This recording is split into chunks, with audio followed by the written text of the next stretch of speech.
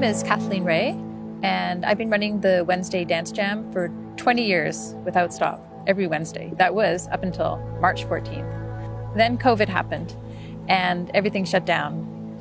And of course I had to shut down my jam. It was very hard. The very last day we were jamming, I was bawling the whole time because I had a sense we wouldn't be back at it for a very long time. Then I took the jam online, and it was well attended at first, but it wasn't working for them, the online version. And then I was really trying to think what I could offer my community. Luckily, this thought process coincided with a grant I got from the Canada Council.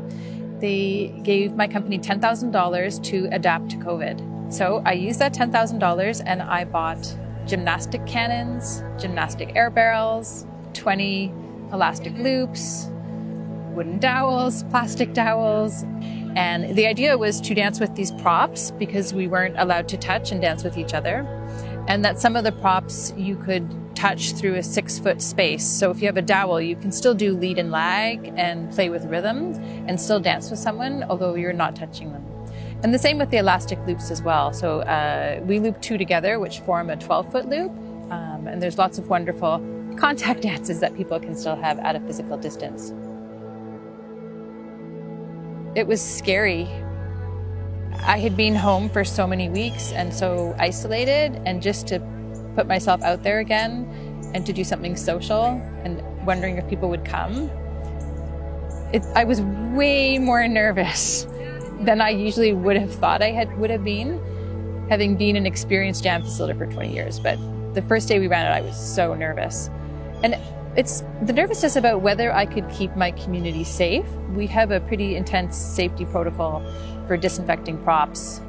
So we have a prop room. It's delineated by a tarp, which has a pink string around it. People have to spray their hands and feet before they go in. They have to wear a mask. They have to spray down the prop as they put it back, and also if they take a new prop. It's also new, so the first day I wasn't sure if I would be able to keep people safe. And ultimately, it's never going to be 100% safe. There still is a risk for people that attend, but we try to limit the risk as much as possible.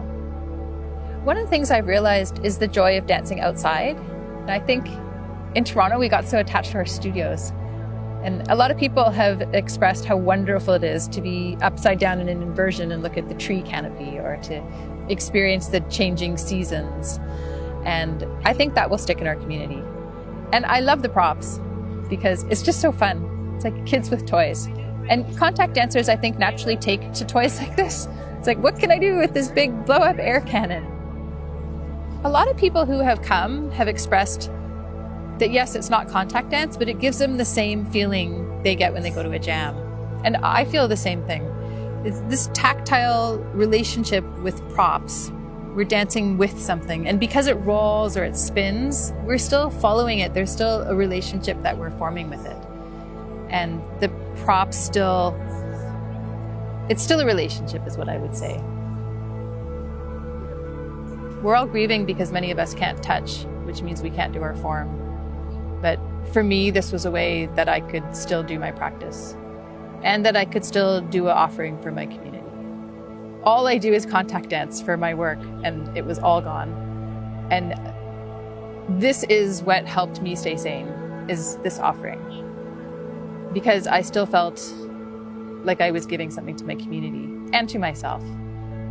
Running this jam is a lot of work. I have to carry a lot of props. My husband helps immensely, but it's worth it to me.